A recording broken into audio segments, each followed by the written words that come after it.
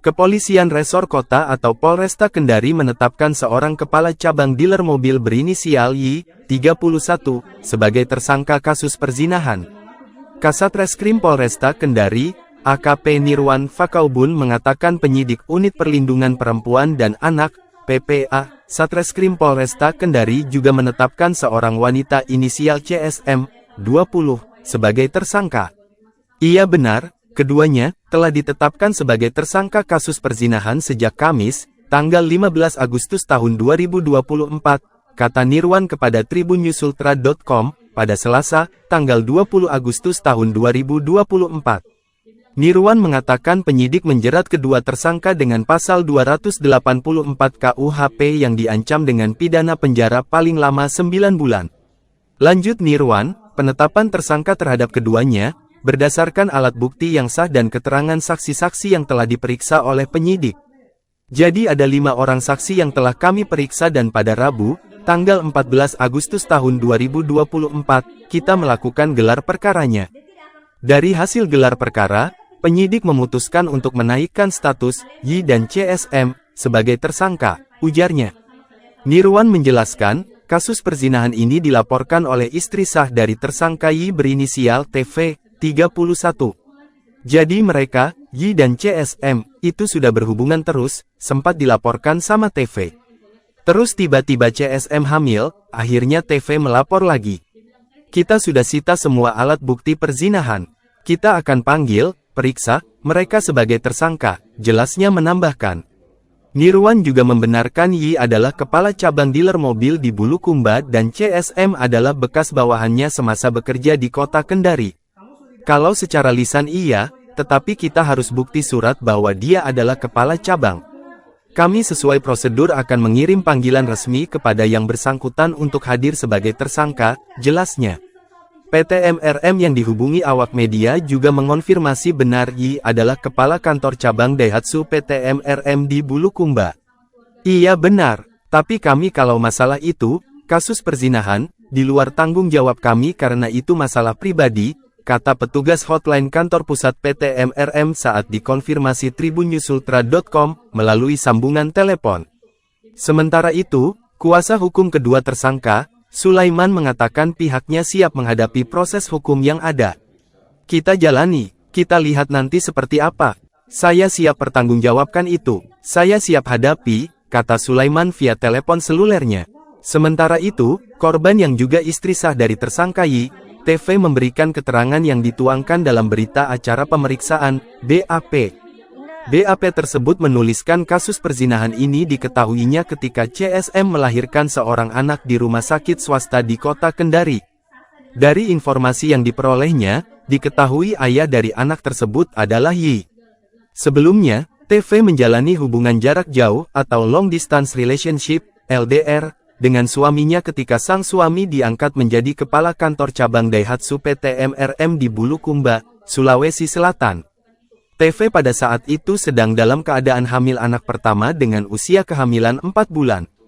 Janin yang dikandung TV merupakan hasil penantian dari usia pernikahannya dengan Y selama 5 tahun.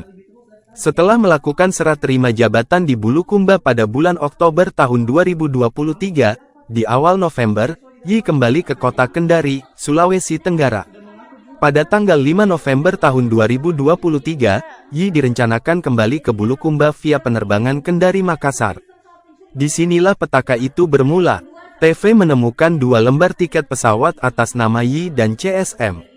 Tiket itu menjelaskan keduanya telah terbang bersama dalam satu jadwal penerbangan yang sama dan bersebelahan seat, kursi, dari Makassar ke Kendari pada tanggal 2 November tahun 2023 petang hari. Terjadi pertengkaran hebat di antara TV dan Y. Namun, Y tetap memutuskan berangkat ke Bulukumba siang hari itu. TV bersama kerabatnya kemudian mendatangi kediaman CSM untuk meminta kejelasan. Keluarga CSM mengonfirmasi kepada TV bahwa CSM juga telah berangkat ke Bulukumba pada siang itu. Orang tua CSM mengatakan jika anaknya telah dipindah tugaskan dari kantor cabang Daihatsu MRM Kendari ke kantor cabang MRM Bulukumba. Saat itu, orang tua CSM mengatakan akan memulangkan anaknya. Setelah berapa hari berlalu, Tanggal 9 November tahun 2023, CSM ditemani ibu dan kakaknya bertemu dengan TV yang ditemani saudara dan ipar di kafe untuk membuat kesepakatan dan surat pernyataan agar CSM tidak menjalin hubungan lagi dengan Yi dan ditandatangani di atas materai. Dalam surat pernyataan itu, CSM mengakui selama ini telah melakukan komunikasi atau hubungan dekat, pacaran, dengan Yi. CSM dalam surat itu berjanji tidak akan mengganggu rumah tangga Yi dan TV.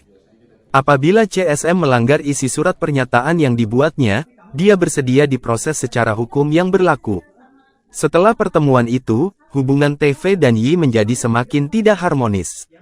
Bahkan Yi tak mau lagi menemui TV, hingga saat TV melahirkan anak mereka pada medio Februari tahun 2024.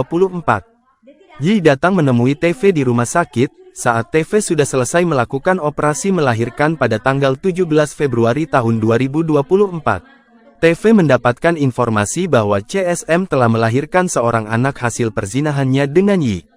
Informasi itu diperkuat dengan dikeluarkannya surat keterangan dari rumah sakit tempat CSM melakukan persalinan.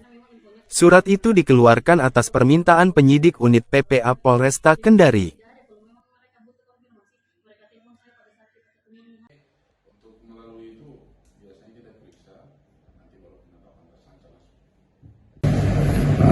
Tiba-tiba perempuan itu hamil. Iya kan? Iya. Hamil lagi, padahal sudah dilaporkan. Ya, akhirnya istrinya lapor lagi, kan? Istrinya lapor lagi. Kemarin sudah kita sita alat bukti semua, bukti perzinahan, kan? Bukti, terus paling tinggal penetapan tersangka aja. Sudah diperiksa saksi-saksi dan 5-6 orang. Iya. Informasinya sudah penetapan tersangka 2 orang yang suami dengan yang perempuan selingkuhnya. Download Tribun X sekarang, menghadirkan lokal menjadi Indonesia. Terima kasih sudah nonton. Jangan lupa like, subscribe, dan share ya.